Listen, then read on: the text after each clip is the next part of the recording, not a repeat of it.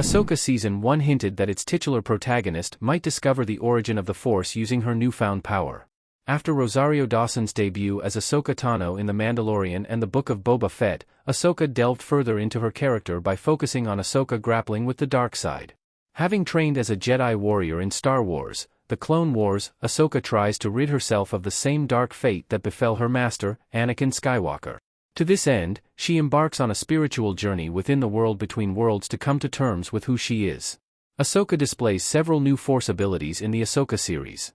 For example, Ahsoka bonds with a Purrgil in Episode 5, showing off the ability to bond with animals, something she hasn't displayed since Tales of the Jedi when she was a child. In the years between her last appearance in Star Wars Rebels, it's clear she hasn't stopped training herself, both with her lightsaber fighting skills and her abilities in the Force. This has led her to develop and awaken a rare Force ability that could come in handy in Ahsoka Season 2. Ahsoka now has the power of psychometry. Ahsoka senses the past.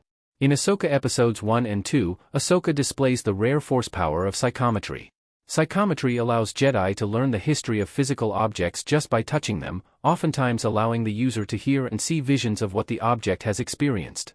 While at the Night Sister Temple on Arcana in the beginning of Ahsoka Episode 1, she is able to solve the temple's puzzle and retrieve the map to Peridea simply by touching the stone cylinders. And in Ahsoka Episode 2, she can hear the echoes of Sabine's battle with Shin Hati merely by standing where they fought. While Ahsoka is not the first to display the power of psychometry, she is the first to show it off in live-action Star Wars.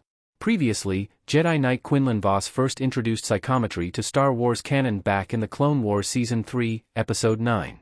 Unlike Ahsoka, who has only displayed the ability to hear an object's past, Quinlan was so adept at psychometry that he could clearly see visions of beings who had held the object he was touching. This ability proved invaluable for him as he hunted down Zyro the Hutt, and Ahsoka may use it to hunt down Bullion. Quinlan was the first to display psychometry in canon, but more recently, Cal Kestis from the Star Wars Jedi games and Rey from the Star Wars sequels also possessed this rare Force ability. In Star Wars, The Force Awakens, Rey briefly sees visions from decades prior after touching Luke Skywalker's old lightsaber. And in the Jedi games, Kestis is able to use his ability to sense Force echoes from the High Republic era, hundreds of years before the game takes place. In short, there is seemingly no limit to how far back a psychometry user can see using the Force. Baylan believed Peridea could be where the cycle of light and dark began. A close-up on Baylan Skoll's face staring off into the distance in Ahsoka. Given his obsession with the past, no doubt Baylan Skoll envied the few Jedi who were blessed with the gift of psychometry. While speaking to his apprentice in Ahsoka, Bullion rants about how he's looking for the beginning. He's not interested in the fleeting power Grand Admiral Thrawn offers him. Instead, Baylan wishes, once and for all, to end the constant power struggle between light and dark.